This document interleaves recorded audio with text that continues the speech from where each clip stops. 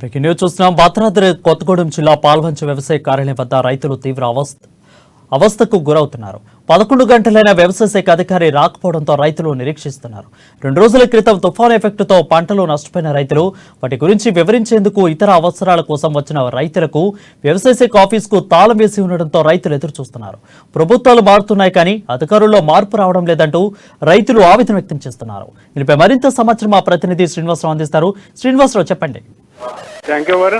ఇప్పుడు భద్రాద్రి కొత్తగూడెం జిల్లాలోని పాల్వంచ వ్యవసాయ కార్యాలయం ఏదైతే ఉందో ఈ కార్యాలయము నిరంతరం కూడా గత కొద్ది రోజులుగా తాళము తీయకుండా అధికారులు సమయపాలన పాటించకుండా రైతులకు తీవ్ర అవస్థలు కలిగిస్తున్నారని చెప్పేసి ఆరోపణలు వినిపిస్తున్న నేపథ్యంలో ఈ రోజు ఉదయం 11 గంటల వరకు కూడా కార్యాలయం తాళం తెరవకుండా అధికారులకు రైతులు ఫోన్ చేస్తే మేము అక్కడ ఫీల్డ్లో ఉన్నామో ఇక్కడ ఫీల్డ్లో ఉన్నామని చెప్పేసి పొంతనలేని సమాధానాలు చెప్తున్నారని చెప్పేసి కూడా రైతులు ఆరోపిస్తున్న నేపథ్యంలో ఈరోజు ఉదయం రైతులు కార్యాలయం తాళం వేసి ఉండటం గమనించినటువంటి ఆ యొక్క రైతులు, మహిళా రైతులు కూడా వచ్చారు. ఆ యొక్క రైతులు తమ సాధకాలు బాధకాలు మొన్న తుఫాన్లో నష్టపోయినటువంటి పంటల గురించి వివరించేందుకు వచ్చినటువంటి అధికారులకు తాళం వేస్తున్నటువంటి కార్యాలయాలు దర్శనమియడంతో ఇక్కడ పరిస్థితిని చూసి అక్కడ కార్యాలయం ముందు కూర్చొని వాళ్ళు పడిగాపులు కాస్తున్నటువంటి పరిస్థితి ఉంది. అదే అక్కడికి వచ్చినటువంటి రైతులు ఎవరైతే ఉన్నారో సంబంధిత వ్యవసాయ శాఖ అధికారికి ఫోన్ చేస్తే మేము ఫీల్డ్లో ఉన్నామని, అర్ధగంటలో వస్తాము, గంటలో వస్తామని చెప్తున్నారు.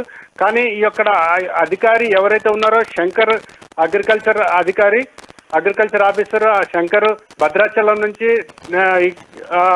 అంటే నిరంతరము అక్కడ స్థానికంగా ఉంటూ ఇక్కడికి వస్తున్నటువంటి నేపథ్యంలో సమయపాలన పాటించట్లేదని చెప్పేసి కూడా రైతులు ఆరోపిస్తున్నారు. Varun, thank you Srinivas for the updates.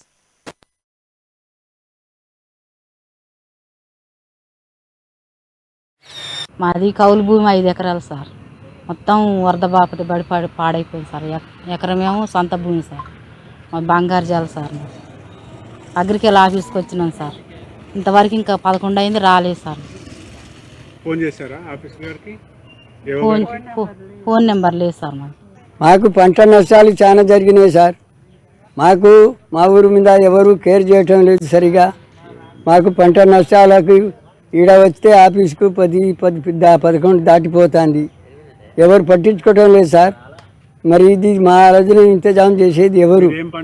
మిర్చి తోట 2 ఎకరాలు పోయింది, పత్తి తోట ఒక 3 ఎకరాలు పోయింది, వరి పంట ఇటు 2 ఎకరాలు పోయింది సార్. మరి మాకు ఏ పరిస్థితి ఇది? మాకు ఏది జరుగుబాటు చేయటం లేదు. ఈ న్యాయం ఏదైనా మాకు ఇంతజాం